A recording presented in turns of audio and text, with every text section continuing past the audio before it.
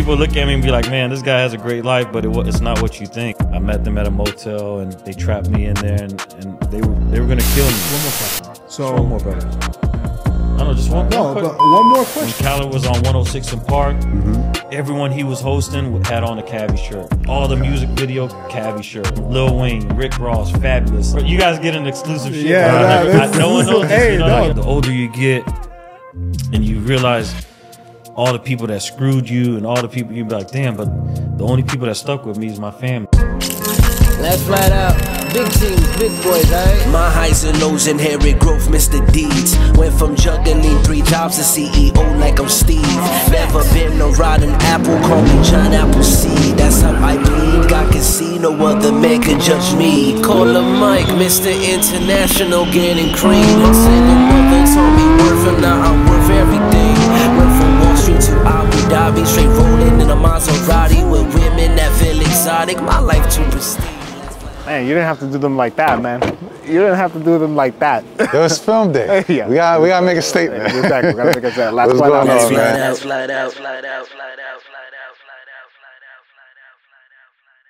Welcome back to the Last Flight Out podcast. We're your hosts, Mike and Jay. Hit that like button, hit that share button, and subscribe to our YouTube channel or to wherever you listen to your podcast. And give us a follow across all of our social media channels at Last Flight Out Podcast. I'm your host, Jay. You can find me at JLubrio26 across all of my social media accounts, and you can follow Mike at If Mike Was Here. So today we have a special guest. Our guest's journey is one of resilience, innovation, and compassion. Whether it's breaking the Guinness World Records for some events, or it's feeding the less fortunate through his nonprofit platform, The Giving Family, appearing on Dubai Bling, or it's bringing celebrities to the UAE, or just being that bridge to connect people to turn their dreams into reality. He's left an indelible mark on whoever he meets or wherever he's at in this world. You know, it's with great pleasure and honor to introduce Fadie Musallet, also known as Fadie Cakes, on your social media platform. Thank you, man. Thanks for having me. Man, thanks for the platform, man. Thanks for the time. We know that you're super busy. We really appreciate this. So without wasting any more time, we usually start every episode with a word association, just sort of like an icebreaker. And I'm going to say a word or phrase, first thing that comes to your mind, all right? And the word is community. Ooh, community, giving. Giving. Yeah, and you're definitely known for giving. So first of all, I mean, before we even jump into the episode, thanks during Ramadan for inviting me and Mike to go and participate in the Giving Family to give food out to the labor workers in Dubai. That was actually the first time I had been to that area of Dubai. That's not the side of Dubai that gets marketed as much, but I think it's the side of Dubai that people need to know about, because those are the people who actually built this city for what it is today and all the luxuries that we get to enjoy in each and every day. So from the bottom of my heart, thanks so much on behalf of me and Mike. Most welcome, man. It was an honor to have you guys there, man. Yeah. And that's the thing about the Giving Family, is that you get to meet people from all over the world, all kinds of people, cultures. And it's not, you know, we do it during the month of Ramadan, but not everyone that comes out is Muslim. You know what I mean? Yeah. It's just a community of good people, like that. When you said community, you know, it's just a community of good people giving back to the community, you know, especially giving back to the people that made the city what it is, made the city to the point where we want to come here and talk about it, where the whole world's talking about the city, you know. So giving back to them is a great feeling, man. Yeah. And I personally want to say thank you as well. It was just like those real authentic moments out there, and those people that we were serving, it's like they make the city run. So definitely thank you for having us. So. Absolutely, thank you. But I think in order to appreciate the person who's sitting in front of us, we have to start way back, right? And for people who know, you've had a very diverse experiences across various industries, going from the medical field to events and festivals to where you are now. What initially sparked that entrepreneurial spirit, especially during your time in Miami? I don't know, man. It's like I've always had the hustle in me, you know. Like I've worked corporate jobs, you know. I've been in the medical field where I did medical device sales, but like I always wanted to be in the streets, man. Like, I'm not even gonna lie to you. In the good way. in a good and bad way. It's Miami, though. I'm gonna be honest with you, man. People look at me and be like, "Man, this guy has a great life," but it's not what you think. You know, people don't understand what we went through to get to this point. You know, like I said, I had corporate jobs, like making good money, but like I couldn't get away from the streets. You know what I mean? Right. And my friends used to always be like, "Yo, man, you need to get out of here. Like, go to your country in the Middle East and just get out of here because you're gonna get killed." You know? And they're like, "You don't need to be doing this." Like, and it's true. I didn't need to be doing it. Right. I just loved it so much. Like, I got 2 older brothers, you know, but we're like night and day, bro. Right. You know, they're like, you know, they got their schedules, they got their everything's lined up. For me, it's like, where am I gonna go hustle today? You know, it's like. So you're basically causing everybody gray hairs and anxiety in the house. Nah, right? no, because I kept it private. Like, my family never knew what I did. Really? Yeah, man, they never knew what I did, bro. Wow. And it's like. So when they ask, like, "Yo, what does Fadie do?" Like, Fadie does this. He does that. everything. You were doing everything. Because so like my parents, you know, migrated from Palestine to Spain. Oh, okay. And my 3 older brothers were born in Spain. Oh, really? And they lived there for like 10 years or something. And then they left Spain and moved to a small city in Florida called Belgrade. It's right outside of Miami. Okay. And in that small city, it's known for its agriculture. It's like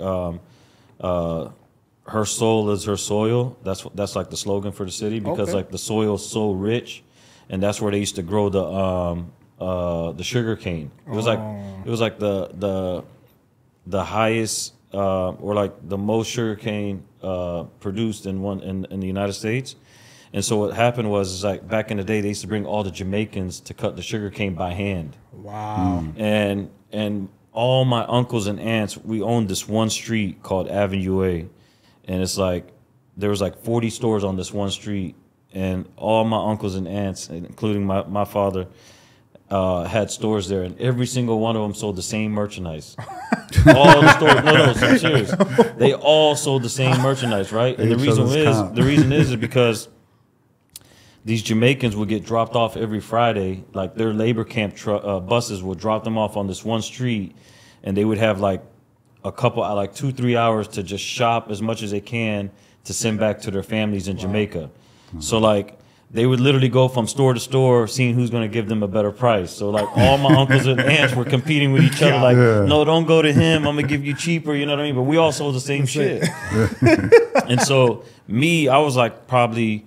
I was probably like 7 or 8 years old, you know? And so like, my mom would give me a little box, and all my other cousins were doing the same thing as me. So my uncles and aunts were competing with each other in the stores, and me and my cousins were competing with each other in the streets. So our parents would give us a little box, like a box for the working boots. Right. And they would fill it up with everything that cost $1, like nail clippers, stickers.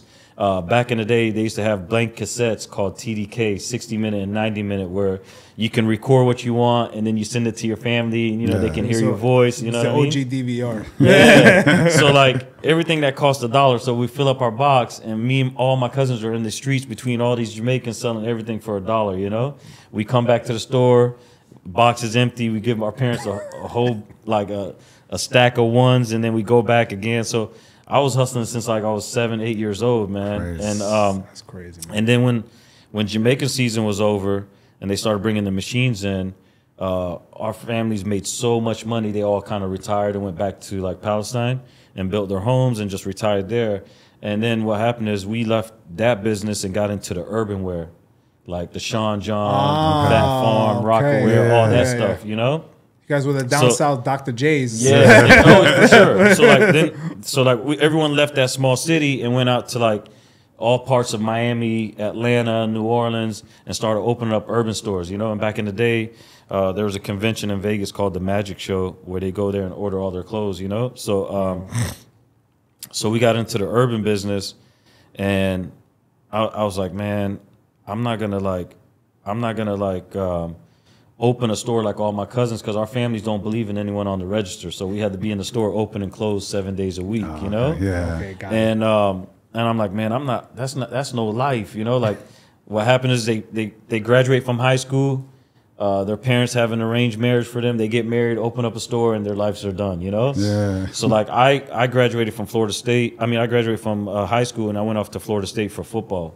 Oh, okay. And so, when I got a taste what position you played? I played safety and special teams, but in high school, I played quarterback.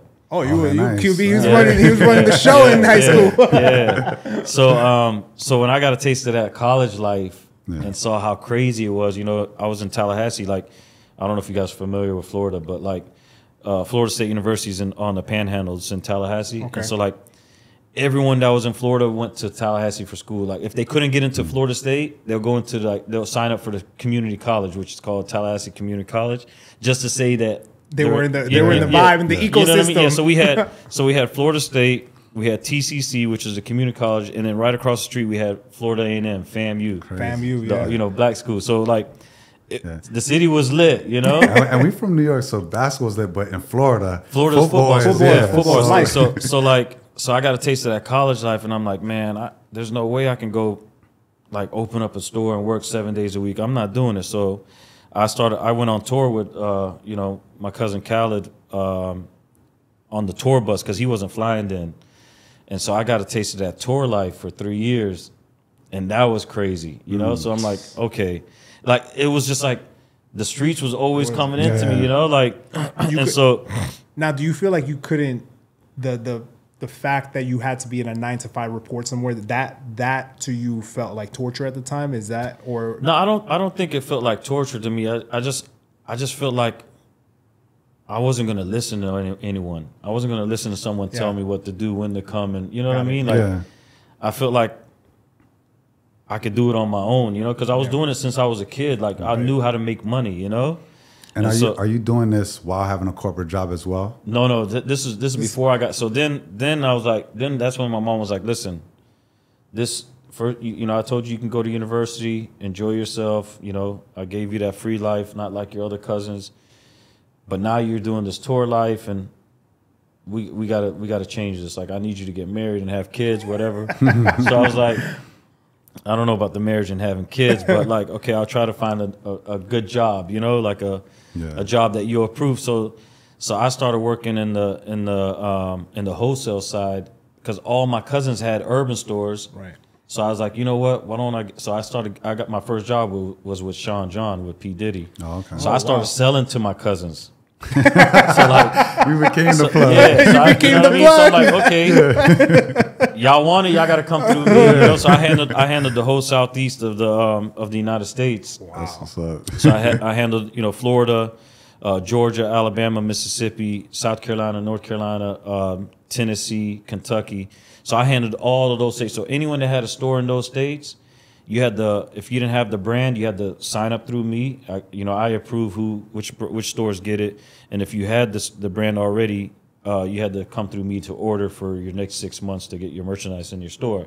So I started selling to my cousins, you know, and so they had to play. And nice. I was selling a brand that was just like anyone could sell it. You know, it was just a hot brand at the time. What was it? Was this in the 2000s? This was in the early 2000s, 2001. Yeah. Because that's when Sean John was popping. rocking. Sean John, Roc-a-wear, Nietzsche, all that stuff. You remember Cameron? Boy. The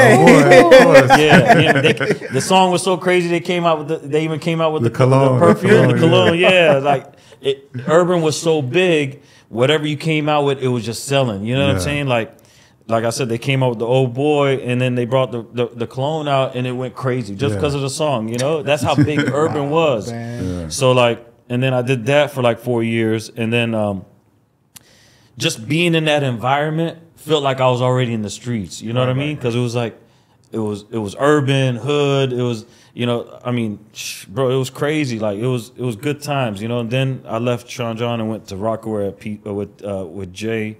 And I did that for 5 years. And then we started our own clothing line called Cavi, Cavi. Okay. When you say we, it's you and me and some of my partners, and how that story is crazy too. So like these guys started this brand called Cavi, short for caviar, and the slogan was product of great taste. You know. Okay. And literally what they did is they took the Dickies shirt. and they made it into like a high-end military shirt. They put the medals on it, the patches and everything, you know? Okay. And the shit was hot. I'm not gonna lie to you, it was hot. But they had like, they probably had like 4 colors. And their number 1 color was the Gucci black. You know, it was all black with the Gucci red and green on the, you know, the Gucci black. And it was the hot number 1 seller, right? And they were selling that shirt for like $300 retail. At that time, that's a break. At that time, that was like Coogee prices at that time. No, it was. It was like $300 and like. They couldn't keep, but they were small. They were making it out their garage, you know. Okay, yeah. So then they, I don't know if y'all remember the brand called LRG. Yeah, of course. Yeah. So they came back right now. Too. Yeah, they're trying to come back. Yeah. So LRG was hot then, right? Yeah. So they approached this one sales rep who was working for LRG, and they were like, "Yo, Lisa, why don't you rep our brand?" You know. And she was like, "Man, I can't. I have a hot brand right now. I got a non-compete. I can't really do that, you know." So she said, "But there's a guy down in the South. He's going to be doing the Cobb show in Atlanta. Y'all should meet him. He's like the man down there because all his cousins buy everything he has. So like even if the product isn't doing good, they're going to still support him. So go see him." Right. So they came down to Atlanta and seen me, and I seen the brand. I liked it, you know. And they were like, "Listen, why don't you sell it for us?" I was like, "Listen, man, I can't really leave what I'm doing now to sell just a brand with one style." With like 2 style shirts, you know, so it was a button up and a t-shirt that goes underneath. I was like, "But I'll take some samples and let me see. I'll drop them in some stores. Let me see how the reaction is." Yeah. And I put them in some stores and they sold out like crazy. That's like, all you need to know. That's it. So I didn't tell them all this. I said, "Listen, man, I'll take on your brand if you give me some equity." And, you know, I didn't tell him I had these orders like people going to You wanted to get the equity first. He's like, "Give me some equity. You know what I'm saying? I'll drop some money in it and whatever. I'll see what I could do." And they're like, "Yeah, all right." They were kind of, but then they gave it to me. Right when they gave it to me, I put all these orders and they're like, "Oh, you were holding this?" I was like, "Yeah." And, man, the brand just went nuts. It went crazy. We were like the number one selling men's brand in Macy's for 2 years. That's great. It was like in New York, everyone's like, "What are the Cavi boys doing?" You know. So, so at the time, I've always known Damon John from Fubu, from the Fubu days. You know, wow. I've known him for a long time. So we were trying to find an investor. So I approached him. You know, I went and had a meeting with him. I still remember it was in the Empire State Building, and we walked in and I said, "Man, Dame, I got something really big, blah, blah, blah." He's like, "Man, Fadie, like, you know, I fuck with you, but like this a t-shirt brand, you know what I mean? That the trend's it's gonna die out soon. What are we gonna do next?" You know? So he declined the offer, whatever. And next thing you know, we look and him, Sean John, all of them trying to knock us off, you know. But it got to the point. But it got to the point where like I had it on every single celebrity. Like when Khaled was on 106 in Park, everyone he was hosting had on a Cavi shirt. All the music video Cavi shirt, from Lil Wayne, Rick Ross, Fabulous. Like everyone had on the Cavi shirt. Even like I sent a box to Jay, and I put S. Carter on his. I still remember it was a blue one. It was a navy blue with the white lettering, and we put S. Carter on his, and we just gave it to him as a gift, right? Yeah. And when he dropped I think it was the Black album and MSG, when he came out, he had on the Sean Carter Cavi shirt. Yeah, and we're like, "Oh shit!" And it went crazy. Yeah. And then like it got to the point where like if it wasn't Cavi, no one wanted to wear it. You know what I mean? Even though people were knocking us, like Fat Farm was knocking us off, Sean John was not. If it wasn't Cavi, like they didn't want it, you know? Yeah.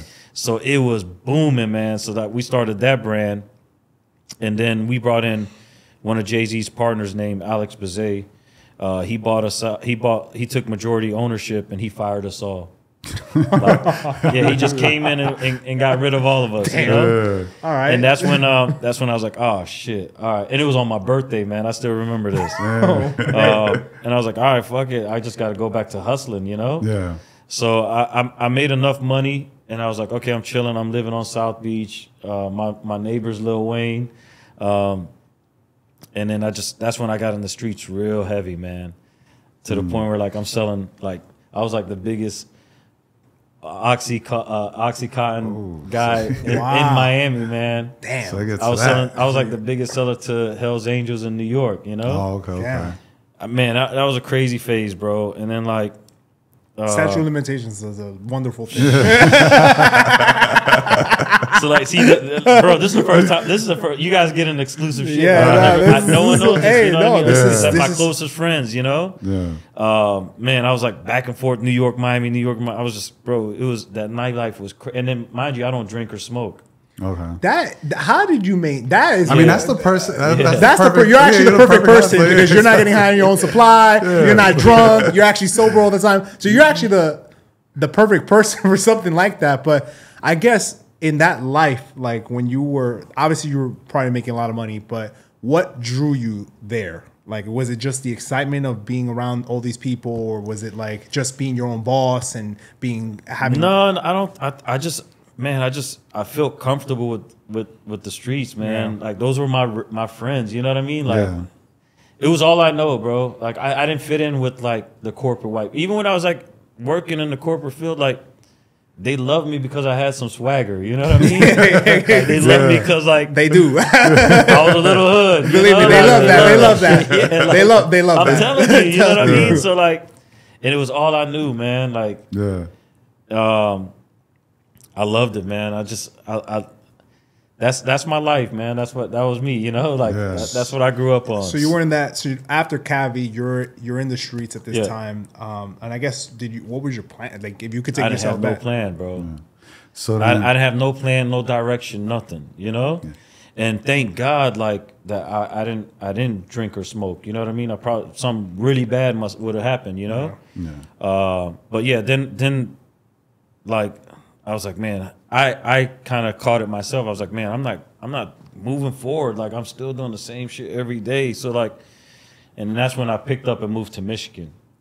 Michigan. Oh, okay. Yeah, that did not appear anywhere. Man, Michigan. Actually, I think that was in your LinkedIn. I was like, Michigan. Yeah. Oh man, I haven't opened up that LinkedIn in a long time. You got the baby face there. So you moved. So I moved to Michigan, man. So and that's when like Michigan was really bad. When like it was like bankrupt. Like the city was run down. People were robbing each other. So like So my cousin who's a cardiologist was in New York, and he got married to his wife. She's also a cardiologist, but she's from Michigan, and she's like, listen, I'm not moving to New York to raise our family. You're going to have to move to Michigan. So he calls me up. He's like, man, would you want to move to Michigan if I got you a good job? I was like, what kind of job? He's like, medical device sales. I was like, bro. You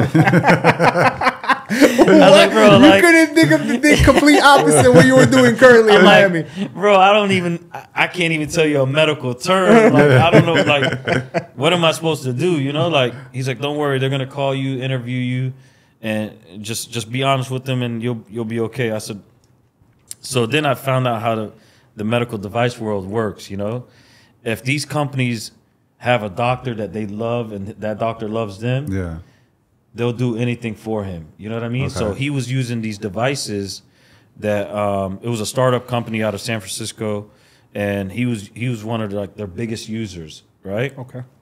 And that's all they want is a doctor to use their device. So they hire these reps to basically kiss their ass just so the doctor can buy the devices. You know, that's why they give you the corporate card, go take them out to dinner, sponsor their lunch at the clinic, all of this stuff. You know what I mean? So I was like, all right, bro. He's like, so they called me up and they're like, yo, tell us your story in 5 minutes. That call was like 45 minutes long. Next thing you know, they're like, okay, we're going to fly you up to Michigan and we're going to interview you in person. I was like, all right. So I go to Michigan, first time ever going there, never been there in my life. Wait, question before you keep on. Are you code switching at this time, or you just being authentic? You being yourself? No, I'm being myself. Oh, okay. I'm being myself. Right. So they're hiring Fadie. Yeah, they're hiring me. Yeah. Okay. So I fly up to Michigan. They interview me in person. They're like, okay, we think we're going to give you this job. And do you have any questions? I was like, yeah. I was like, you guys said y'all interviewed 25 people for this job, and all 25 people got medical history. I don't have no medical history. I don't know anything. You know what I mean? I got to go study the whole anatomy book and everything. So I was like, why you want to hire me? And they were like, first of all, your cousin, put in the referral. 2, we love your energy. We love your vibe. And we know all doctors are going to love the same thing that we love, And 3, you speak Arabic, and this whole this Michigan whole has a huge, this whole region is Arabic doctors, so you can relate to them. You know, I was like, all right, fair enough. So boom, I got the job. You know, making crazy money again. You know, but coming from Miami to Detroit, you know, like.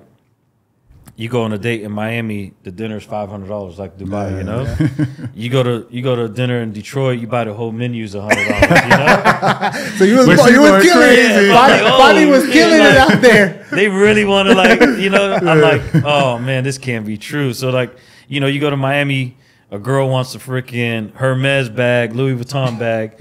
You go to Detroit, she wants a Michael Kors or a Coach bag. I can do that. You can do that. Fadie's like, I can do this. This is great.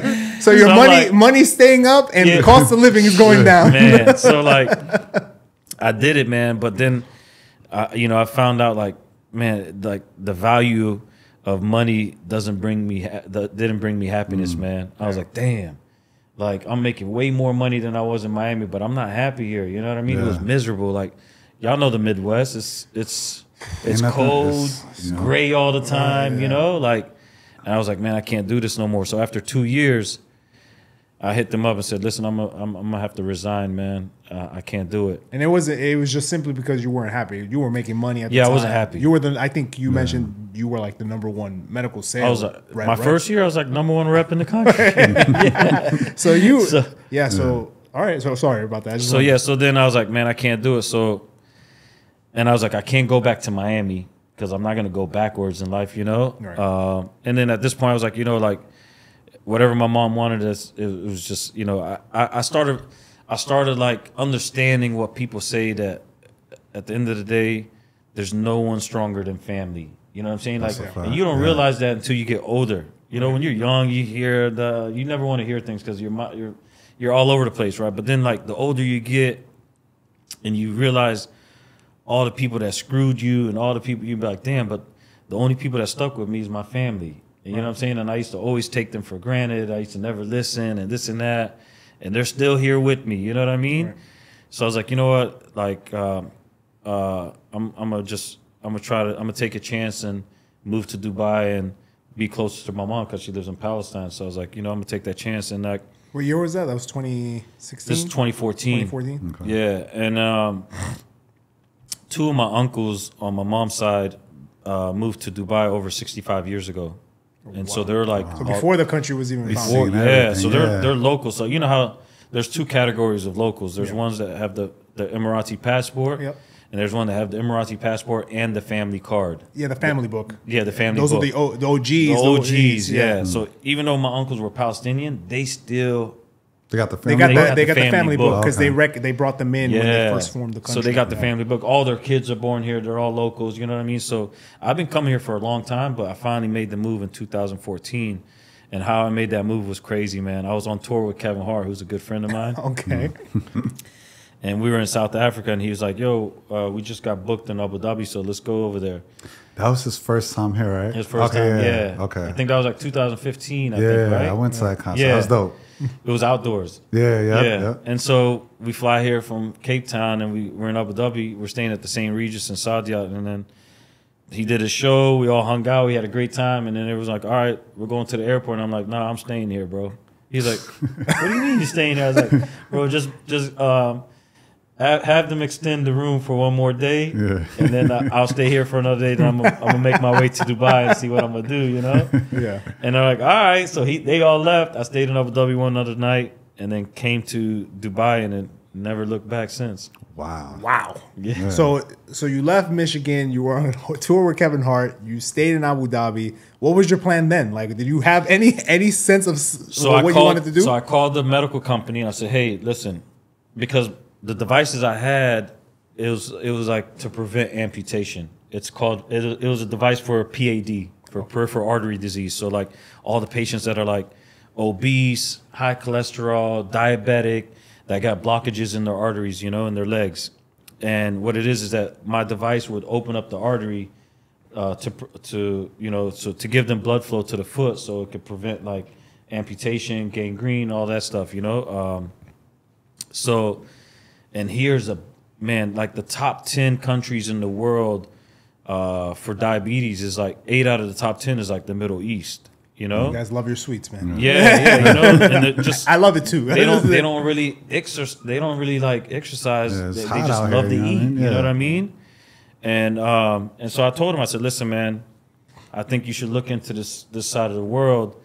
You know, the whole UAE is probably like the size of Texas. It's not going to affect you guys. Why don't you give me the rights for the device and let me take it over?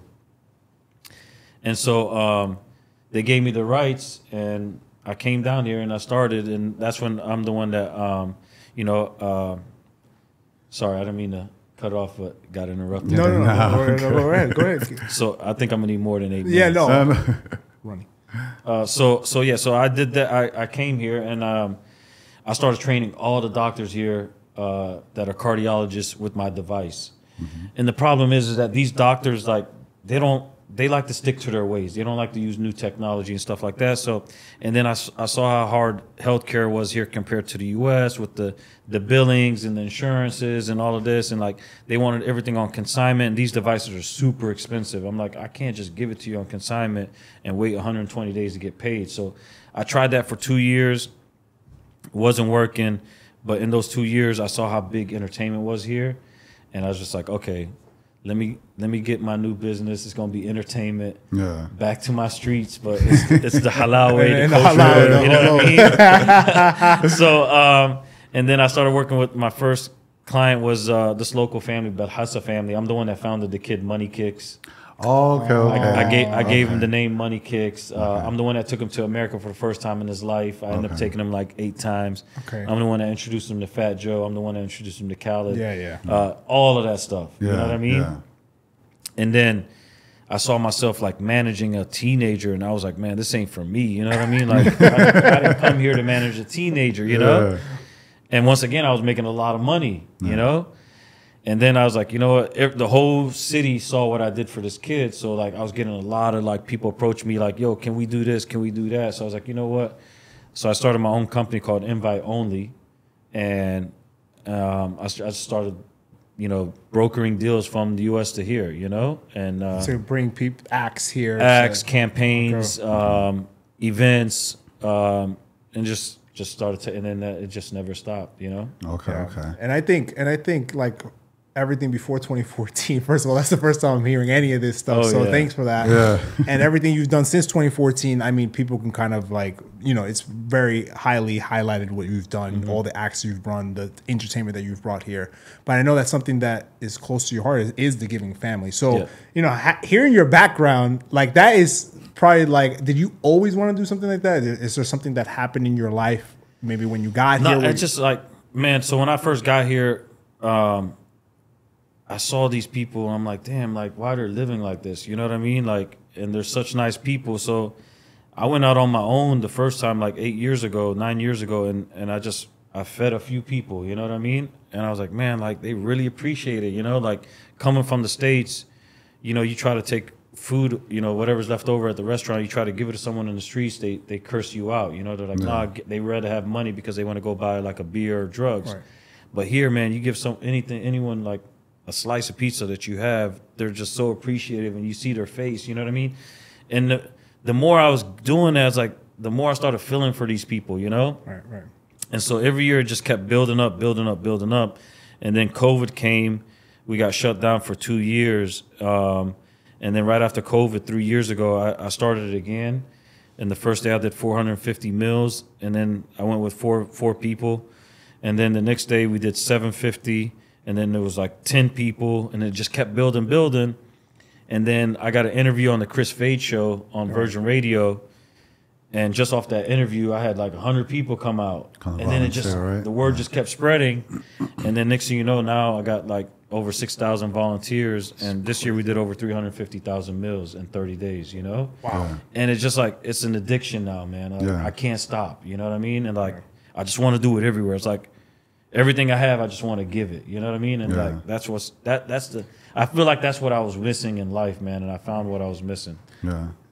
And I was gonna say, I mean, it was a dope experience just being there. The electricity that was just in the air, and everyone coming together and just helping out. You know? That's the thing, man. Like for me, it's like trying to build a community of good people. It's not about just giving back to the community, but interacting with them, building a community, good people. And because like a lot of people come to Dubai and say, man, everything is fake. I don't, I can't find good friends. You come to the Giving Family, you're gonna find good people because everyone has a good intention, Yeah, that is the number one complaint I hear from people. It's hard to find genuine people here, for sure. It is, man, because bro, people get caught up in the wrong thing. You know what I mean? Like they feel like, I always tell people you don't have to be cool to kick it, man. Just be yourself. You know what I mean, bro? If you see me, I'm in a t-shirt and pants or shorts. I dress like this every day. I'm not trying to impress no one, Yeah. Because I did it all. I've seen it all. I've been through it all. Like, it's like it's that new money, man, that people don't know how to act. Yeah. And on top of that, a lot of people come from places where they didn't have much, and when they get a little bit here and they're exposed to some of that, I think they don't know how to act, right? Yeah. As opposed to like maybe people who've had like, there's always a certain type of humility that you should always maintain, at least me, myself. And I think that's what you try to attract. And one thing I wanted to ask you was, despite all the luxuries that you have in your life, you like to live the good life and enjoy the fruits of your success. How you're able to balance the philanthropic bone that you have and always kind of maintain that humility that you have while always, trying to always continue to be monetarily successful. Easy, man. I just think, man, if you just live that honest life, you know what I'm saying, and just like you can enjoy what you want to enjoy, but in moderation. Like you don't have to go crazy. You know what I'm saying? Like for me, I like to live good. Like I like to have a nice, roof over my head, and I like to eat and travel. That's it. And when I travel, even though it's a luxury, I try to travel and like do good things in life. You know what I mean? So I try to tackle both things. Like, okay, I'm traveling to a nice place, but let's go see what the people are doing. Let's go see who needs things. You know what I'm saying? So just being honest with yourself, man, and just taking life day by day, man, because nothing's promised. Yeah. I also wanted to touch on being that you're Palestinian, the Giving Family, I've seen that, it's helping out people here. But are you doing things for Palestine as well? Yeah, absolutely. Yeah. I just got a video today from a group in Gaza, which I'll be posting on my Instagram. So we send a lot of funds there, to support the people there. Like nice. We just got a video of them telling us, the people there got food, got water, clean water for the next month. You know what I mean? So that's a lot of behind the scenes, but yeah, we do a lot for Palestine and the West Bank itself. Like I work with all the refugee camps there, and I help out with all the special kids there and stuff like that. So yeah, I go usually every month. So every time I go there, I work with the refugee camps. And your involvement with Palestine, did it predate your time when you came to Dubai, or did it really amplify once you got here? It amplified, man, because I think being closer to, being in the region and being closer to Palestine and going there more often. When I was in America, I was lucky to go once a year. You know what I mean? Right. Now I can go like every 45 days. Yeah. And it just makes me want to do more, spread awareness, talk about it more. And then especially with what's going on right now, it's like the hottest topic you can talk about, It is. And I think one question I have for you, like, your beliefs on the conflict and your views are pretty known at this point. Did that affect how you conducted business, who you do business with, or did it have any impact in that sense? I mean, you have a pretty... Yeah. So, bro, in life, man, everything has its pros and cons. You know what I'm saying? But I felt like in this topic, my pros outweighed my cons. So, like they say, if one door closes, two are going to open. So if this guy, okay, he doesn't want to deal with me no more, man, God gave me this gift where, you know what I'm saying, it doubled what I was getting from the other guy. So, like, that's how I see things, man. Because at the end of the day, man, God don't like ugly, bro. No. You know what I mean? Yeah, so just keep doing what's right. I'm not doing, I'm not speaking about something that's wrong. I'm speaking about something that's right, and that's a genocide. You know what I mean? So, like, if you're talking about the right thing and you got your facts to back you up, you'll be okay, And like, man, to the people out there, I don't know which camera I'm supposed to be looking at. To the people out there, support these guys, because I always tell people, man, even like at the Giving Family, I'm like, man, everyone has to start somewhere. You know what I'm saying? So like, it takes you 1 second to follow the page, to to like the pictures. You know, like you look at people these days, man. It's like I'll have like 20,000 views on my stories, but like 5,000 likes. You know what I mean? Like, bro, it takes you 1 second. If that's a true friend or someone that you look up to, yo, just tap the screen, man. Like, don't be that guy. You know what I mean? So follow these guys, follow their page, like what they're doing, follow what they're doing, and let's build this thing together, man. I appreciate that. One more question. So, no, look, one more question. So, just one more, brother. I know, just one. No, but one more question. Brother. Yeah, but the thing is, just one question. One brother. question. It's okay. Okay, one more. No problem. One more, and then we're gonna cut it off. So one more question. So one question would be: we are the Last Flight Out podcast, and you know, for us, we always think about people who are pivoted from one destination to another or took that risk. Right? What was that pivotal moment for you? Like, what would you describe? What was your last flight out? In other words, like you have to choose one. You have to choose one. I'm gonna tell you another one, man, that no one really knows. Okay. I got robbed. You got robbed. I got robbed in Miami, man. You know, I told you I was in the drug scene, and I was supposed to go pick up something, and I met them at a motel, and they trapped me in there, and they were gonna kill me. Damn. And all I kept thinking about was like, man, like my mom's gonna bury me tomorrow, you know? Because I wasn't, you know, the motel rooms are very small, and I wasn't going to get out, and they had 2 guys in there. Luckily, the guy said, hey, man, let him go, you know what I'm saying? And he, you know, he's like, I told him, I said, listen, I got money outside. Just let me go. I'll give you the money. We're done, you know? So one of the guys was like, yo, just let him go, you know what I'm saying? I went, got the money, gave it to them, and it was over from there, bro. I said, I'm done with this business. I'm moving. I'm getting out of here. And that's one of the reasons why I'm here, man. It's one of the safest places in the world. And beautiful people.